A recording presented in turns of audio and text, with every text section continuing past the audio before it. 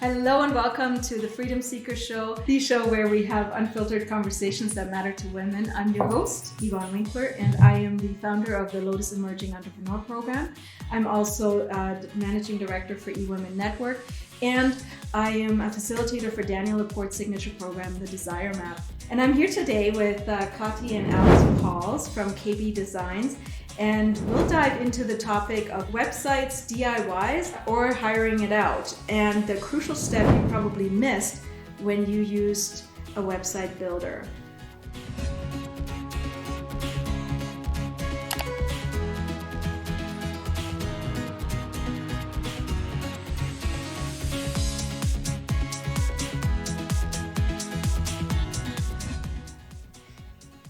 Welcome, Kati and Alex. So you are with KB Designs, which I'm assuming stands for Kati Pauls Designs, Yes, yeah. Specializing in helping entrepreneurs with their digital presence through website design and development and search engine optimization, web support and analytics, branding and print as well. The theme of partnership is clearly interwoven in your organization, being a married couple over 20 years. Incredible accomplishment. 26 actually. 26. Wow. We met when we were 5. Yeah, exactly. In kindergarten. To now being business partners and offering a partnership relationship to your clients. What does that mean to you? Offering a partnership. It means that we're not just going to build you a website and then forget about you once it's launched. We want to take you from the strategy planning through to the design development and the SEO and analytics and tracking and any other support that you would need afterwards, like maintaining the website and making sure that it's secure and fast and up to date. Yeah, because speaking from personal experience with DIYing my own website originally, it does require ongoing support. It needs to be changing all the time. We'll dive into that a little bit deeper on the SEO side and why we would need to do that. But it's truly something I value in a company like yours to work with me as a solopreneur, because I don't have the time for all of that stuff or the know-how. God, I mean, I can Google and YouTube just about anything these days, but when it comes down to learning how all of this works, that's a lot of time invested in knowledge and experience and skills, right? For sure, especially when you're an entrepreneur and you're doing it yourself and you're wearing all those different hats, and how time-consuming each one of those hats is while you're wearing it. Yeah.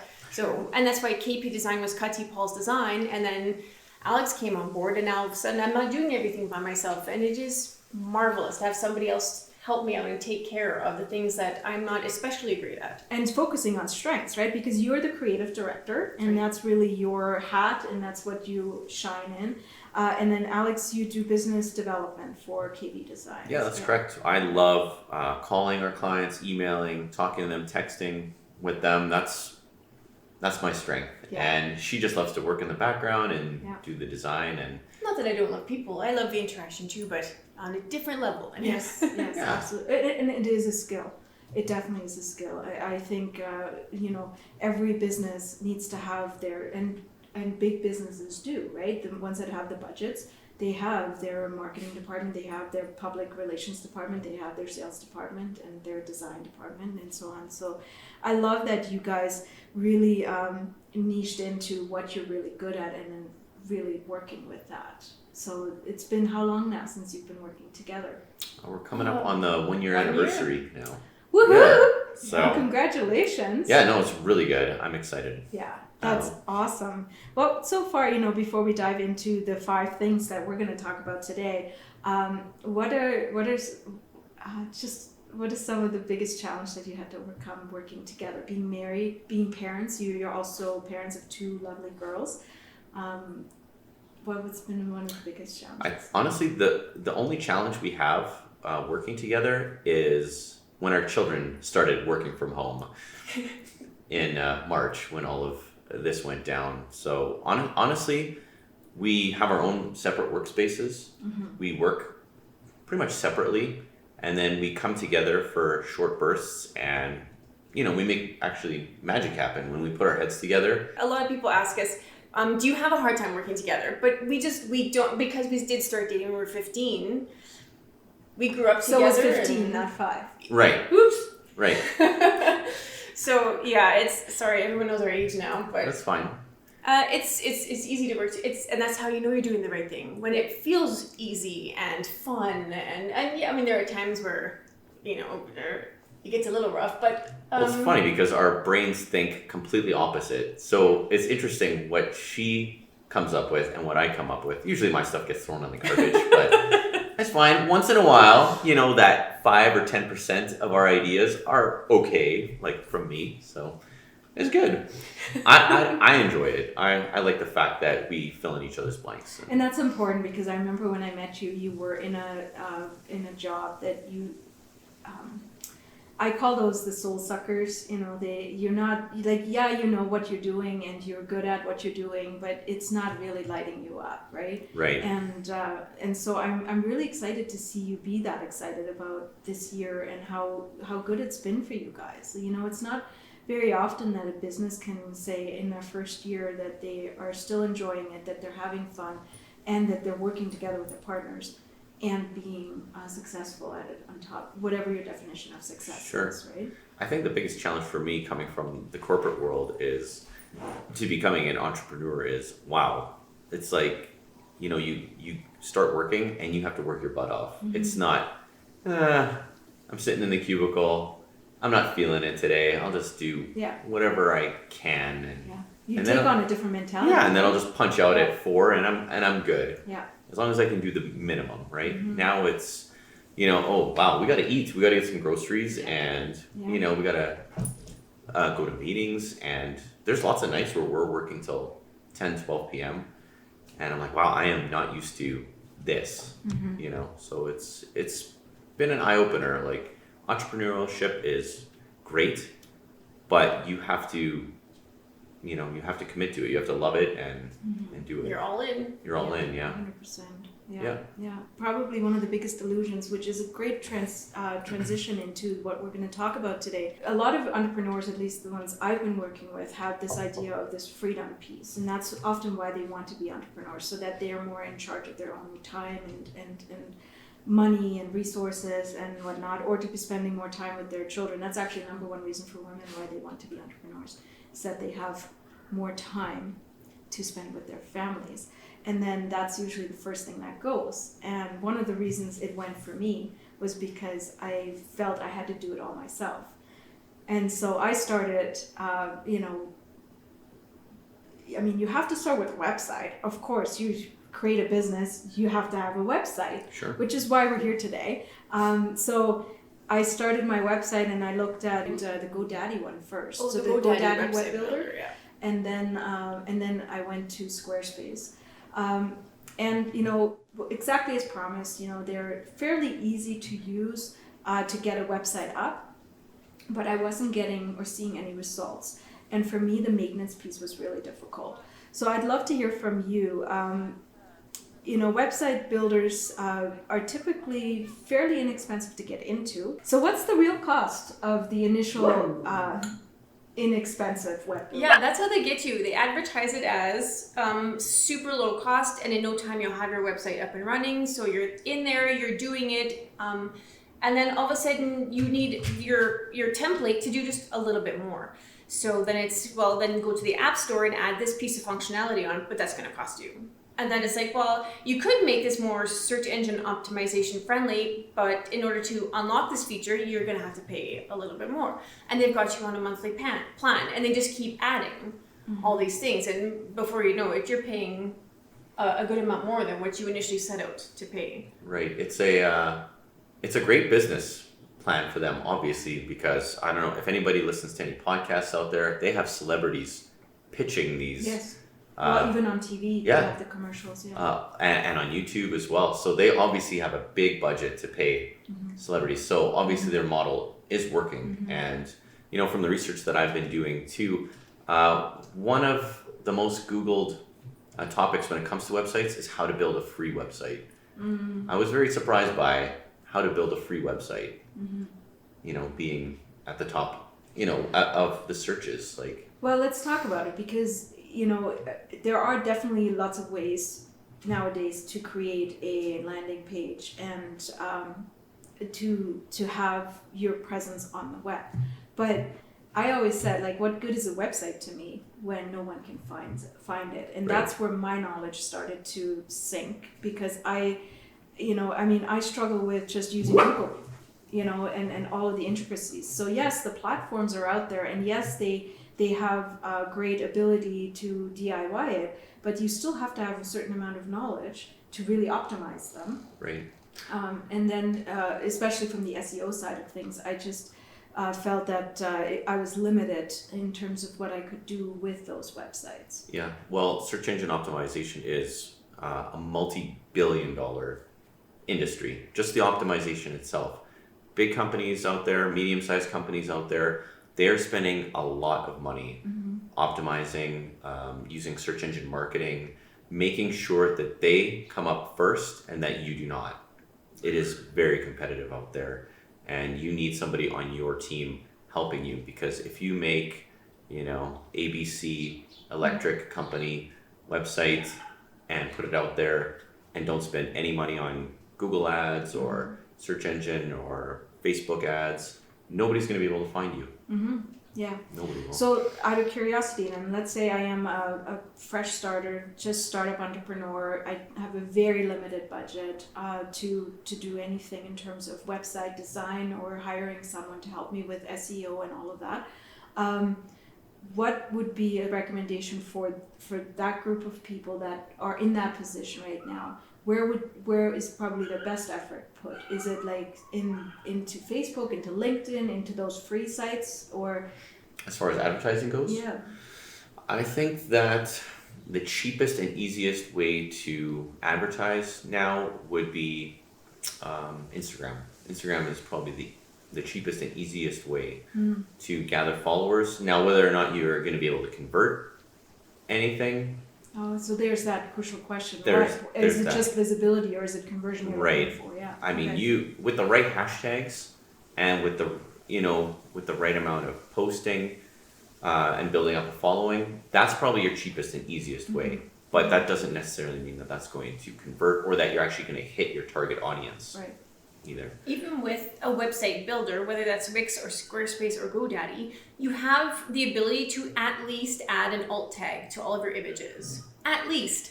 So if you have an image of a pot of flowers and you're selling a specific flower type, at least it's been tagged and it could very possibly show up in a search engine when somebody types it in, which will drag them to your website. Right? And then you have the ability to decide, well, I'm going to use this title for this page, hoping that Google will at least pull that title and bring them into that. Tell me a little bit more, Alex, about the importance of the SEO optimization and how that is limited within those DIY sites.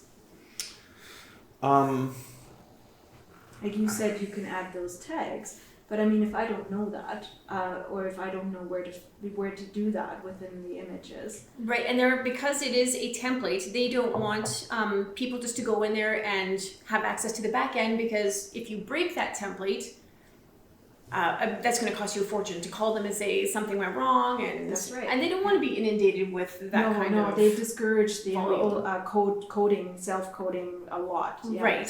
So if you have a custom website and you have somebody to go in and do the search engine optimization, there's so many more tools that we can bring that'll help. In fact, that's what I ran into, Kati. Thank you for that point.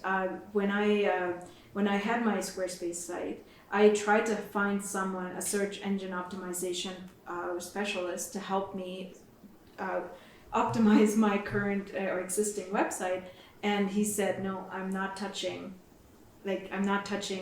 those builder websites or template websites." He only worked with WordPress.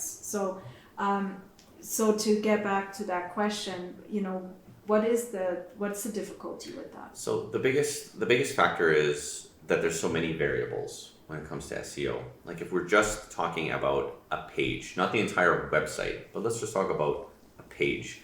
We need to have the right keywords that someone would try and Google. Let's find out about Yvonne Winkler. So we'll just type in your name. And let's say, oh, we did create your website. So your about page is actually called Yvonne Winkler. There's your keyword, Yvonne Winkler, your name. Then you're going to go down into, how many words are going to be on that page. Google tends to like between 600 and 1,000 words, which is ideal. I would say 600 would be perfect. Not too much information, just enough people to learn. And then they're going to be looking at, the photos of you with the proper alt tags. You're going to have a little Google snippet. And we leverage the subheadings. So I was just going to say, because now they would have had to know my name. So Right. it's more than just knowing my website or web address. It's about the words, the keywords Right. In the subheadings. Right, so you optimize the content Sure. as well. Yeah. Like one of your blogs, let's say, top 5 reasons to hire a business coach. That could be what somebody Googles. They want to know, why should I do this? Oh, you have a blog. It's actually going to come up page 1, let's say, if all the SEO and it meets all the right criteria, and a lot of people have already come to your site, Google will bounce that to the top, and you'll be a lot easier to be found. Yeah. So. The reason why this was so important for the Freedom Seeker Show to do this interview with you is because of my experience with all of this. It cost me, just to summarize the first 2 points we've made here, it cost me so much more in DIYing it myself initially, and only finding that I had to rebuild it again. And while, Kati took the bones, as I like to call it, of my original website, it's still time that you have to put in and make it, customize it. Then you came in and you did all of the extracting the keywords. We had to rewrite a few things just to hit those SEO points. Had I just right away budgeted to go with KP Designs versus DIYing it, I would have saved myself, and it's not just the money, it's the time that I put in myself and that I lost in terms of not focusing on the business or revenue generating activities, and got sidetracked on DIYing it myself. So I just wanted to summarize that. I think that that's a really important point for a business owner, wherever you're at on your journey right now, to understand that DIY comes at a really great cost. It can be fun and it can certainly be very experimental, but if it's your business and your money and your budget that you're worried about, then go with the professionals right from the get-go. So that leads me to the next question that I have. How much of your DIY website do you actually own?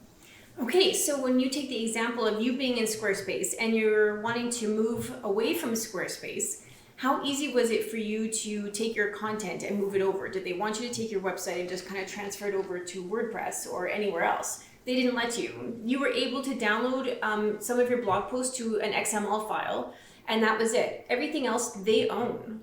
And if you're with Wix, they actually own all of the content. They have the right to say what you're saying is not in accordance with our guidelines. We're taking it down. They can shut your website down based on your content.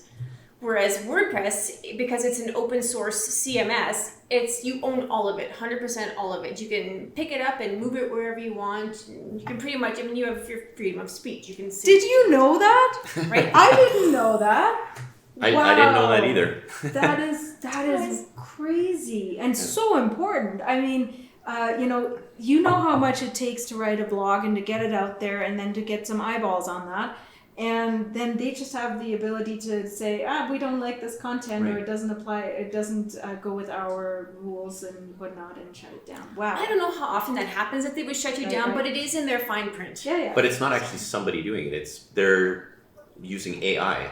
So, the AI might see a few words. What does AI stand for? Artificial intelligence. Okay. Mm-hmm. So, the bots, they might, tag, this person does not believe in our core value. Right. Based on this sentence. Meanwhile, you might be saying the out of total context. opposite. Yeah, it could be exactly. completely out of context. So it's an actual bot that is removed, like censoring you.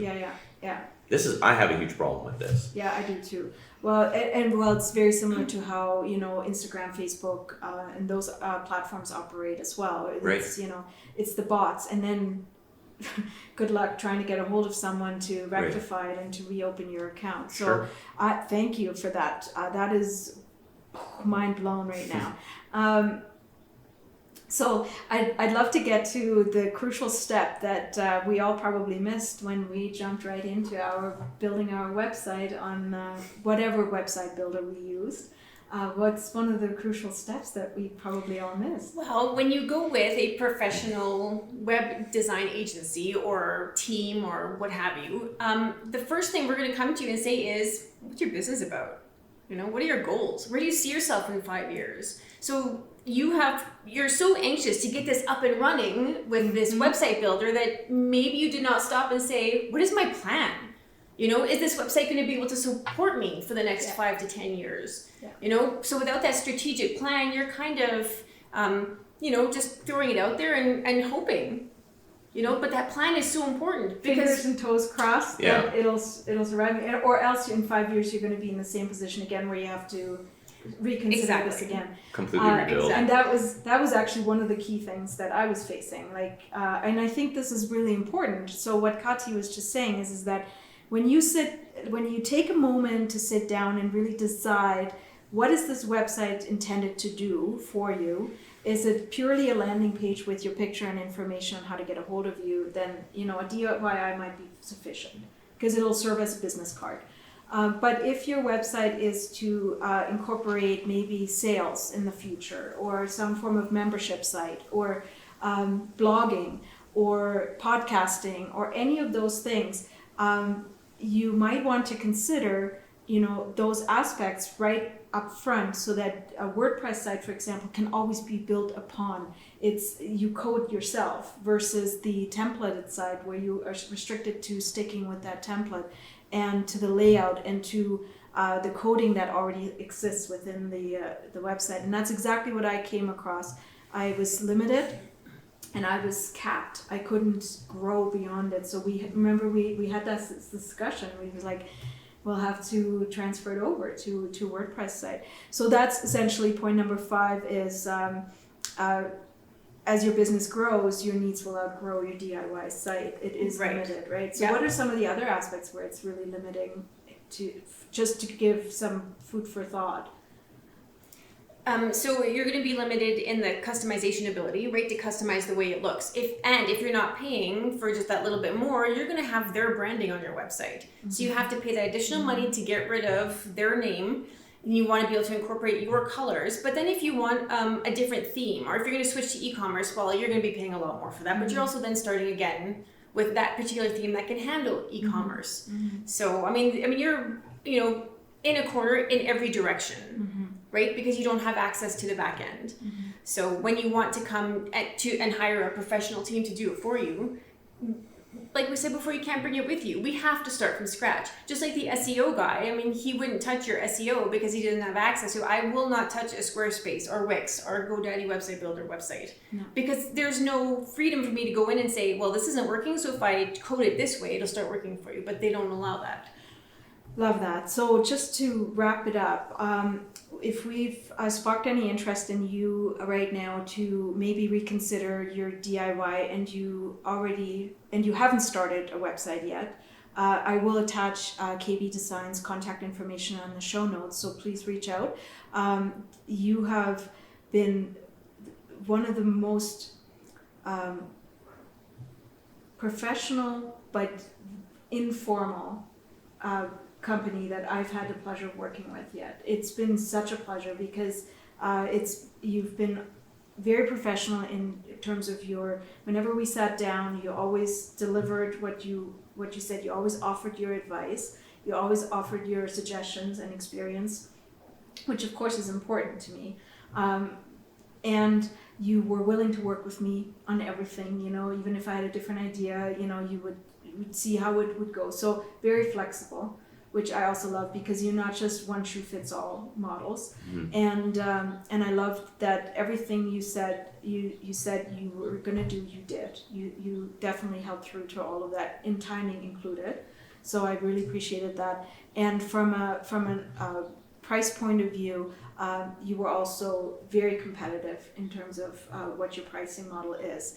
For those of you who already have started a website and now are thinking after this conversation, maybe I should have gone with a WordPress site, what can we tell the listeners and viewers to help them ease that transition? Because I was really nervous about the cost and just the time and the work that is involved in transferring it over. What can you say to us about that so that we don't sweat it? Well, fear not, because it's for us to do it. I mean, this is what we do anyway. And we've had this come up so often where a DIYer will come to us and say, we've gotten to a point where we just can't, please, you know, and because we're entrepreneurs ourselves, we really connect with other entrepreneurs and are able to assure them and support them and guide them so that it's a fairly painless process. I think we're fun, Yeah, right? we're It's fun. a fun process. My advice to people is you're not alone. There's so many people out there that are doing this, and you know, hopefully you're not in too deep. You shouldn't be in too deep that you can't get out and come over and, you know, talk to a professional, somebody that can help you, because like you said, the longer you go without the right kind of help, the more it's costing you. In the end, you might think you're saving money now, but you're not. If you don't build the house on a strong foundation, you're gonna have to tear it down at some point. And what is the total cost of ownership? Totally. Yeah. So I love that. From what I hear you say, and that was also my experience, it isn't that difficult. I think the first step is to reach out to you, set up a free discovery session where you guys can identify where is this company at, what do they need, what can we do? And then my experience of you has been that you're fair and square. You're laying out the lay of the land and you're saying this is what it's going to take in terms of time, this is what it's going to take in terms of resources, and this is what it's going to cost. And then everyone can still make up their own mind if they want to stay or if they want to come over, right? Yeah. I appreciate that. So any final words of wisdom that you want to leave us with today? You know, come check out our website. We have blogs. We're actually in the process of writing a blog about this topic right now. You kind of inspired us to, you know, really put this together, and you know, we are. I should say that we are tired of seeing people being blindsided by the, you know, the advertising of, oh, this is super cheap, easy. Or this is so easy, and next thing that they know, they're in too deep. They're on the hook for way, you know, you're just in the deep end and you don't know where to go, and then you lose trust too. We've had a lot of clients that you know, it took them a while to come around and be trusting again, especially with their money. They've put so much into it and got burned. So I would say that we're experts at helping those people, but people are gun shy after getting burned. Yeah, for sure. And we're two people. So what's your favorite success story then? What lights you up, Kati? I love helping the most absolute frazzled and squirrely and frightened person into feeling relieved and showing them there is actually joy in having a website. You know, website gets a bad rap sometimes, but I mean, the experience, it can be fun. It can be, I mean, you know, yes, we want to take you out for a coffee and get to know you, and we're going to be your pals through this thing, but professional, and you know, it's a partnership. It really is. One of my favorite stories is, you know, we did Kati did the branding, and then we met with the client, and she loved it so much that she told us she was going to go get a tattoo of her new logo on her body. I'm like, that's amazing. That's pretty amazing. That's pretty amazing. Yeah. Yeah. Awesome job, Kati. I mean, you do an amazing job in design. I have to say, I loved everything you've done for me. So, having said that, go visit KB Design website. It's kbdesign.ca. No, it's actually www.katipauls, KATIPAULS.ca. And we will also put the link on the bottom here. And then go to my website and check it out. It's www.yvonnewinkler.com. And you'll also see the work that Kati and Alex have done for me on the website. So I want to thank you, and I hope we can continue this dialogue and have you back on the Freedom Seeker Show, and maybe we can share some more stories and success stories. But for now, I say thank you, and until next time. Thanks very much. Hey love, did you enjoy this conversation? Then join in at www.yvonnewinkler.com/blog and leave me a comment of what you liked about this episode and why. If this added value to your life, then please share this with all of your friends on social media and hashtag The Freedom Seeker Show. I really appreciate you watching and helping me spread the word. And as a token of my appreciation for sharing this episode, your name will be entered into my monthly gratitude draw for a chance to win something from my favorite product list. So don't forget the hashtag The Freedom Seeker Show. I'll see you next time. Rise, bloom, and radiate.